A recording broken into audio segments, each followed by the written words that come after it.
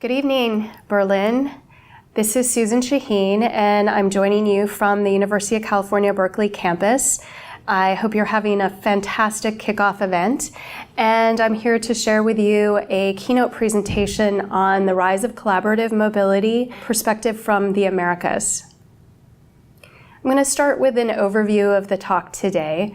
We're going to be covering the latest industry benchmarks from around the globe and also the Americas. We will also be talking about a number of our research projects. We'll be including one-way car sharing results, college and university car sharing from a Zipcar study that we conducted recently in North America.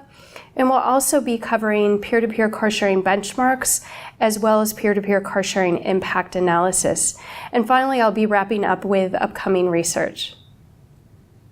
So first, I'm going to start with an ecosystem diagram that we developed in concert with the U.S. Department of Transportation. And what you can see here is the definition of shared mobility. And the idea of shared mobility is that individuals gain access to a shared mode, a bike, a car, whatever type of vehicle that is shared on a short-term basis. And essentially, the behavioral mechanism behind this is the conversion of the fixed costs of auto ownership to a variable cost. And in this figure, you can see to the left, there are incumbent core services that range from everything from public transportation to taxis to paratransit types of services. Most of these services have been provided without information technology. In contrast, to the right, you see in the blue a suite of the shared mobility services that have been online and are coming online as we speak, and it is rather comprehensive in terms of reflecting what we're seeing on the streets in North America. And in the middle of the Venn diagram is the overlap between the IT-based solutions and the more conventional solutions, including carpool, vanpool, and casual carpooling. And so this presents our ecosystem diagram for the U.S. of our view of what in totality includes shared mobility. In the next slide, what I'm going to cover is the shared mobility impacts that range from environmental effects to societal effects to transportation network effects. In the first row, you can see the discussion of environmental impacts, and typically these include vehicle kilometers traveled reductions, greenhouse gas emission reductions, and auto ownership impacts. Do people sell a car or postpone a car purchase? In the second row, we see societal impacts.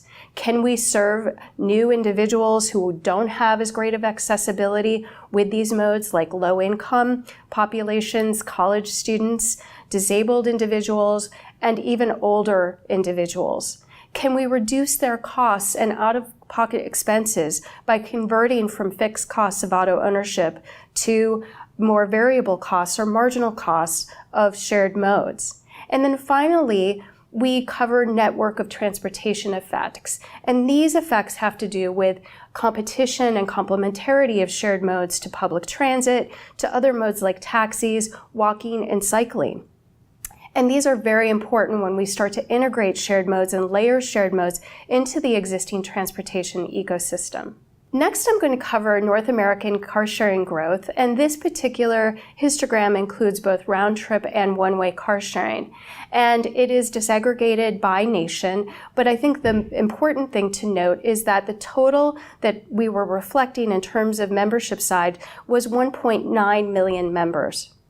In the next slide, I move on to vehicle growth.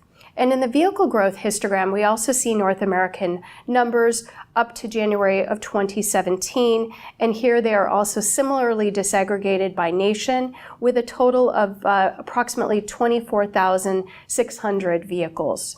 In the next slide, we show developments from our 2014 census. I want to note that we are still collecting the final data, and we will be reporting very soon on the 2016 data from across the globe. And what you can see here in this particular histogram is the development and growth rates of shared mobility, car sharing services, and round-trip car sharing specifically here, with a total of 2.2 million members in 2014, which we have obviously exceeded by this time, and a growth rate of approximately 80 percentage points and a member vehicle ratio of about 38.1.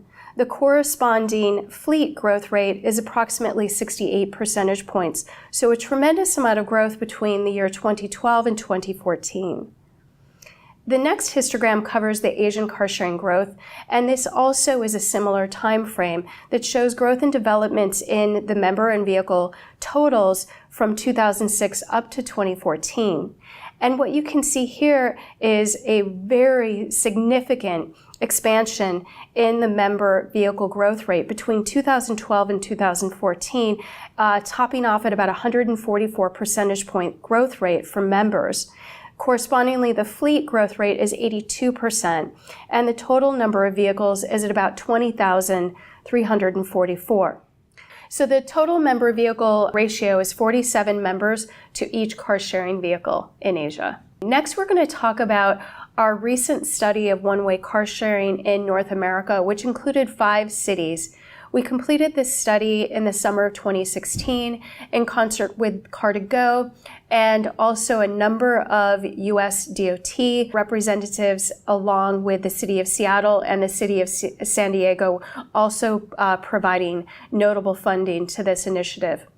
And the results are quite interesting when you look at one-way car sharing, which is of course a point-to-point service model in contrast to round-trip car sharing.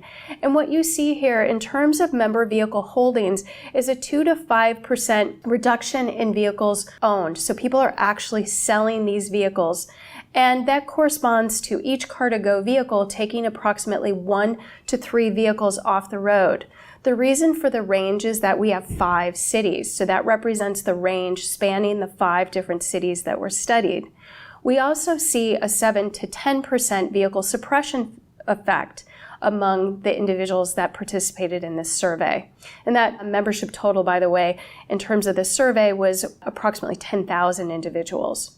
And what we see is a 7 to 10% reduction in vehicles, and that is postponed vehicle purchases. So this is essentially the suppression effect. So these are vehicles that were not purchased as a result of Car2Go and the causality of the Car2Go effect in this case.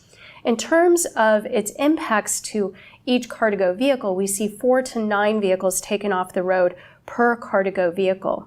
And then over to the right, what you see is across the study sample of the 5 cities, one Car2Go vehicle is replacing a range of 7 to 11 vehicles. That includes both the total postponed vehicles as well as the sold vehicles. And we calculate across those 5 cities, that was approximately 28,000 vehicles that have been taken off the road, either through a sale or through vehicle suppression. In the bottom portion of the infographic, we see the reduction in vehicle kilometers traveled, or VMT, and greenhouse gas emissions. And across those 5 cities, what we see is a reduction of 6 to 16% VMT or VKT per Car2Go household, and then correspondingly a greenhouse gas emission reduction of approximately 4 to 18% per Car2Go household.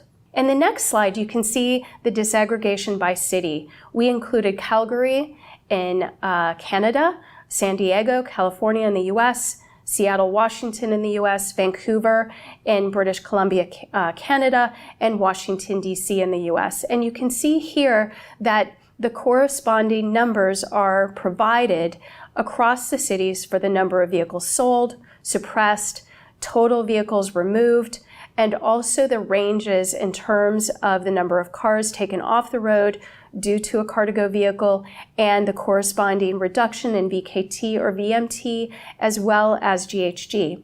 And the reason for the ranges is quite interesting, and we have subsequent research undergoing right now with the Department of Energy and the Lawrence Berkeley National Lab to really isolate those effects based on land use in the built environment.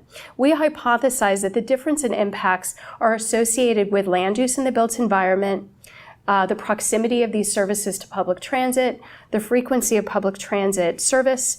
We also think it corresponds to population density, and we also think it corresponds to the number of vehicles in the fleet itself.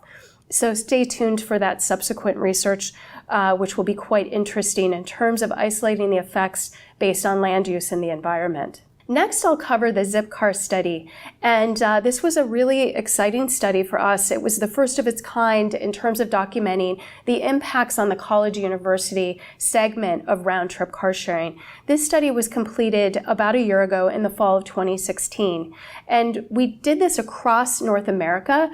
We also had a very substantial sample size of about 10,000 participants.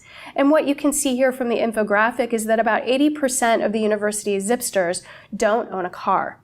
And about 43% of them either sold or postponed a car purchase. So it's about 43% in this case, which is far greater in contrast to what we saw in the Car2Go study. But this is a very different market sample or use case. And then about 40% said they are less likely to buy a car as a result of being a Car2Go member. In the next slide, we show the land use characteristics. So we did this study in a range of environments, and we looked at it from Canada, from the west in the United States, all the way to the northeast and to the south in the United States. And what you can see is a greenhouse gas emission reduction effect ranging between 0.1 to 2.6%. In terms of the vehicle miles traveled, or VKT reductions, we see a 1 to 5% reduction. And those reductions are greatest in the urban land use context, which is not so surprising in contrast to more suburban or rural areas where we also see round-trip car sharing happening on college campuses. And we also saw the greatest reductions in VKT and VMT among members in the southern portion of the United States, as well as in the Canadian campuses. The final study that I'm going to cover today is groundbreaking, and also you are the first to get to see these results presented. We conducted a peer-to-peer car sharing study, and this is a study we conducted in the United States and are just wrapping up. We started our work back in 2013. We started with 2 focus groups, and we also have an online survey, which we conducted with a sample size of over 1,000 participants. And we worked with 3 U.S. peer-to-peer car sharing operators on this study, which included Ego Carshare, Getaround, and Relo Rides, which is now known as Turo. We also had 6 stakeholder interviews that we conducted between mid-2013 and early 2014. This also corresponds with some work we've been doing to actually create the first census of peer-to-peer car sharing in the Americas. And as you can see from this slide, as of January of 2017, we see 7 total peer-to-peer car sharing operators with a total membership of approximately 2.9 million members and an estimated number of peer-to-peer car sharing vehicles totaling 131,336 vehicles. Next, I'm going to talk about the user survey and its demographic characteristics. And what you can see at the top of the histogram is that the majority of the users of peer-to-peer car sharing are coming in at about age 25 to 34 at about 50% of the population. And you can see in contrast that is much larger than the US population, which shows up in the blue bars. Next, in terms of market share, we see 17% at the ages of 20 to 24 and another 17% in the age range of 35 to 44. Next, I'll talk about education. And in terms of education, what we see by far is approximately 52%, or the majority of the sample, have a 4-year college degree. And this is followed by 34% of the population that has a graduate degree. I will also note that these population segments far exceed those corresponding in terms of the US population.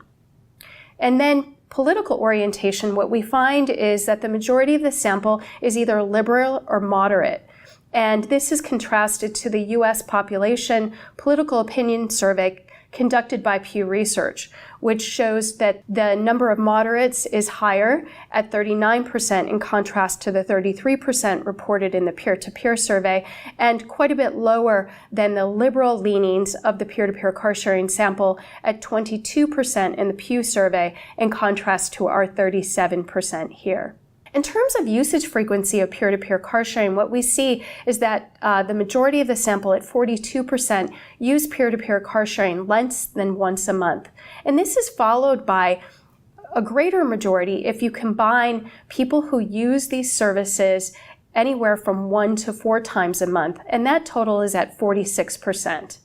So what you see here is that the vast majority are using it less than a month, up to 4 times per month overall. In the next slides, you see what the trip purpose is in terms of the usage of these types of modes, the peer-to-peer car sharing mode. And what you can see here is that the vast majority are using these services for running errands, followed by shopping trips, followed by long-distance recreational trips, and then finally in-town social and recreational activities. In the next slide, I'll cover reasons for joining car sharing in the peer-to-peer mode, as well as some other implications. And what you can see here that 46% of the samples said, I did not have an automobile and joined peer-to-peer car sharing to gain mobility. That is followed by 20% of the sample that said, I joined peer-to-peer car sharing to earn money by loaning out my vehicle. In the next portion of the histogram, what I want to cover is how many people actually sold a vehicle as a result of joining peer-to-peer car sharing. And you can see out of that total sample, about 3% said they did sell a vehicle as a result of peer-to-peer car sharing, and that this was in fact caused by the presence of peer-to-peer car sharing in their lives. And then finally, of that sample of 35, we asked how important peer-to-peer car sharing was in facilitating a reduction in the number of vehicles in their household. And you can see that 66% said it was very important, followed by 26% that said it was somewhat important. And then wrapping up, what we did is we also examined the effects of peer-to-peer car sharing in terms of its ability to avoid a vehicle purchase in a household. And you can see that about 32% of the population said that if peer-to-peer car sharing was to disappear from their region, they would probably need to acquire a car. And we equate that with the suppression effect that I discussed earlier. So in the final section of this report, I wanted to clue you in and share with you a number of reports that are available for you to access to follow our research. The first 2 publications were developed in conjunction with the U.S. Department of Transportation. And the first is the Shared Mobility Primer, and the second is the Smartphone App Primer. And both of those publications are available free for you to download. We also developed a Planning for Shared Mobility document in conjunction with the American Planning Association, and that is available for sale at the web link provided. Also, if you're very interested in shared mobility and the disruption and its overlap with other trends in transportation, including automation and electrification, you can access this book, which I just published in conjunction with Jaron Meyer with a Springer publication volume on disrupting mobility. And it's a compendium of 20 chapters on shared mobility. And it's available for sale through Amazon.com and also through Springer. And finally, I wanted to conclude by telling you about some upcoming research that we'd love to share with you, including our International Car Sharing Outlook and our North American Car Sharing Outlook, which we forecast to be available later this fall.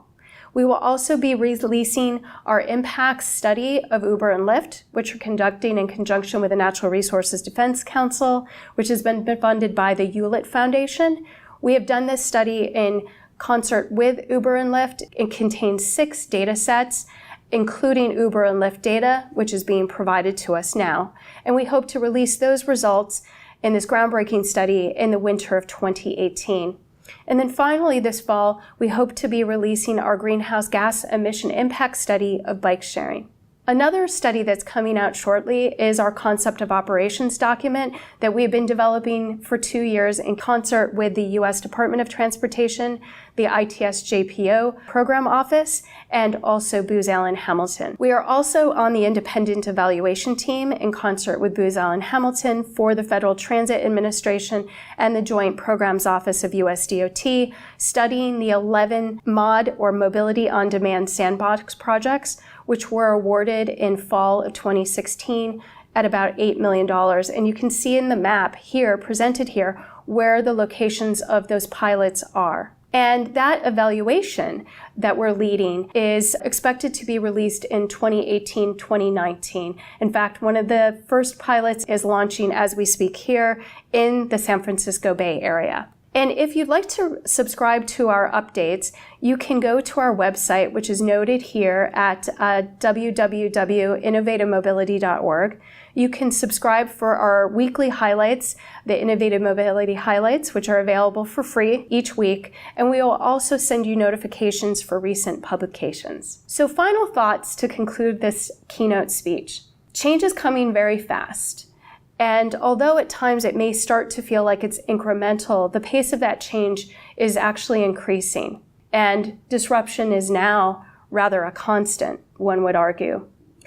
Ultimately, as we look to the future, we should be asking, are people going to care less about driving vehicles and much more about being connected to media while they are in vehicles? And what does that mean for the future of shared mobility and its possible convergence with automated vehicles? I'd like to note that I think the future is something that we are all collaborating to co-create today. And we have the ability to forecast what those futures look like by creating scenarios, by doing research, and emphasizing and creating the preferred outcomes that we'd like to see. I'd also like to point out that I think it's very important with machine learning and artificial intelligence that we really focus on social engineering and what kind of world we all want to live in, because these technologies can have a tremendous impact on our lives, and we need to think thoughtfully about society and its implications. And then finally, there is a need for much richer data and understanding. And so we need to continue to share data and understanding and research along with fostering pilot programs like the MOD Sandbox that FTA has initiated. I'd like to conclude with acknowledgments of all of the shared mobility operators, experts, and industry associations that help us with our research, and all of the sponsors of our research and our fantastic team here at UC Berkeley. And with that, I'd like to wrap up this presentation, and I wish you the very best for your conference in Berlin, and I look forward to hearing so much about the event.